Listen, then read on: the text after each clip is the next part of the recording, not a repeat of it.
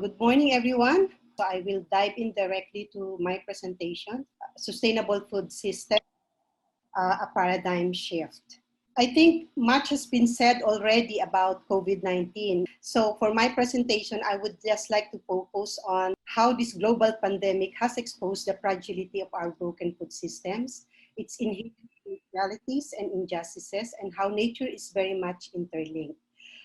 Over the last several decades, we have seen profound changes in the way food is grown, processed, distributed, consumed, and wasted, which have resulted in the creation of food systems that increasingly push climate change, biodiversity loss, shifts in nutrient cycles, particularly nitrogen and phosphorus, and land use beyond the capacity of our planet. The increased occurrence of viruses is closely linked to food production and profitability for big industrial corporations. Investments reach forests and smallholder farms, even in the remotest areas, driving deforestation and development, which lead to disease emergence. The disturbance through conversion of forests and lands caused previously boxed-in pathogens to spill over into local livestock and human communities.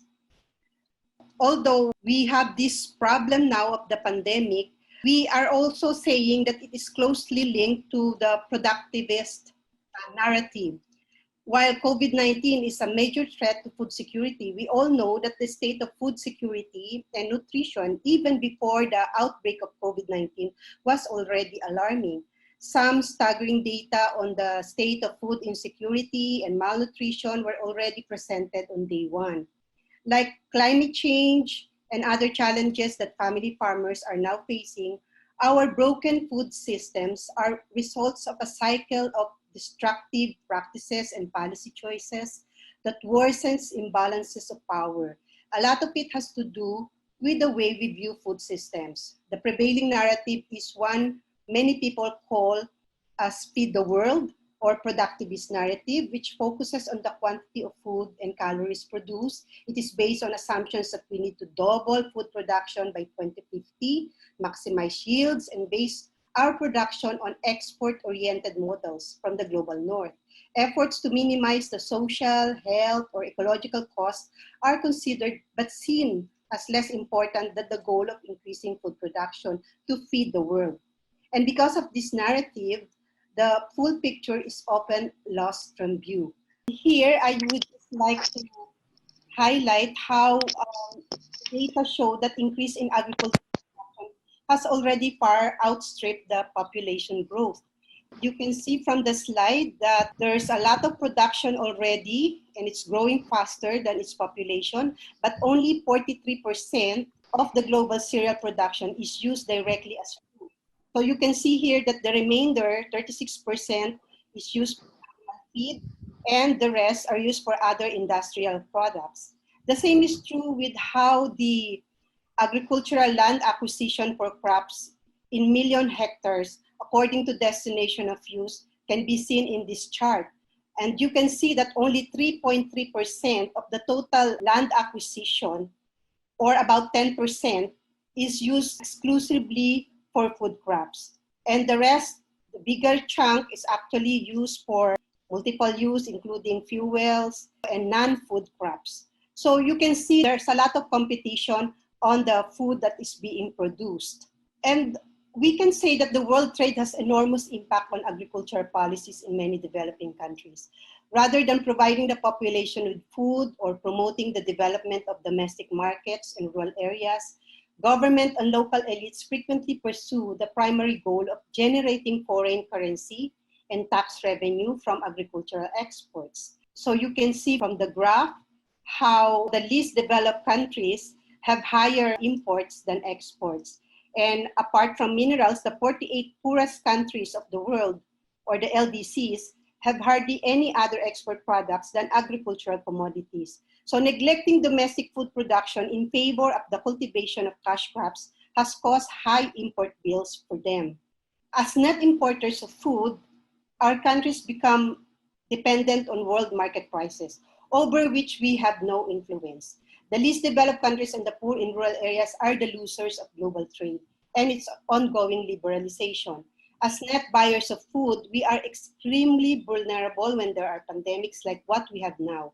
Food exporting countries will naturally prioritize their own needs. In the Philippines, for instance, we are now importing maybe 60% of our food.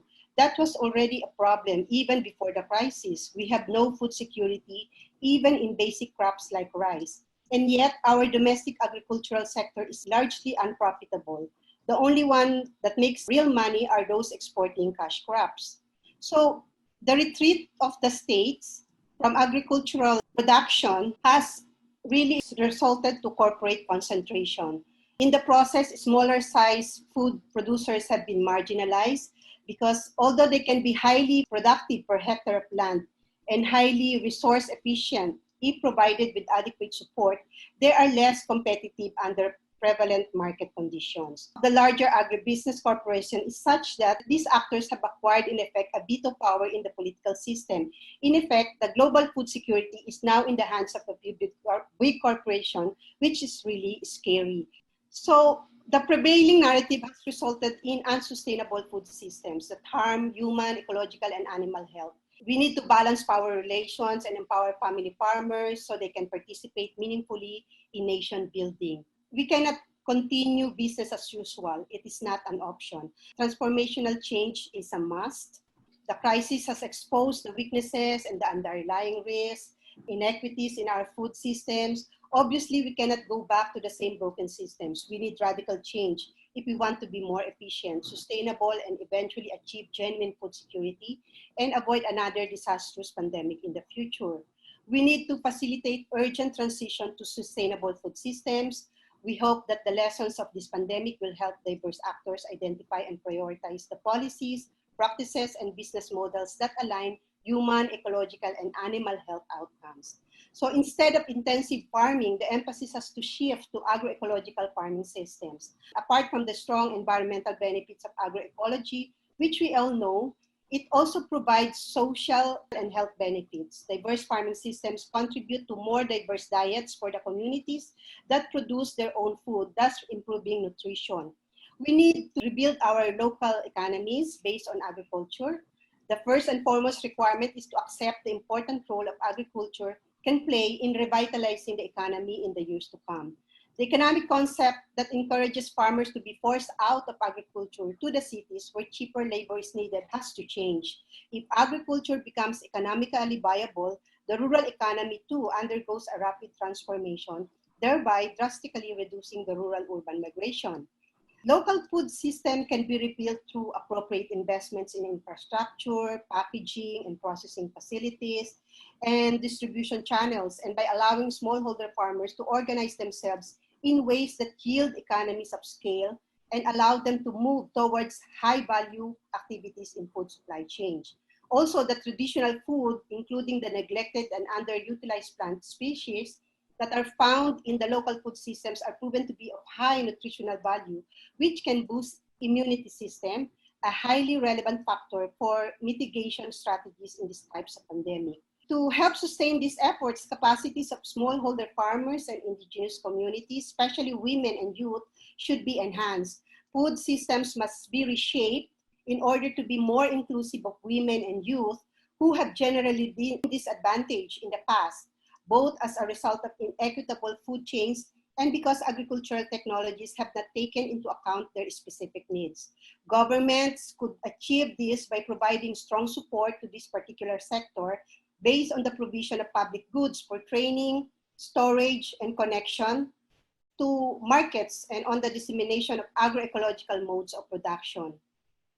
We need to bring back the integrity of scientific research as a public good.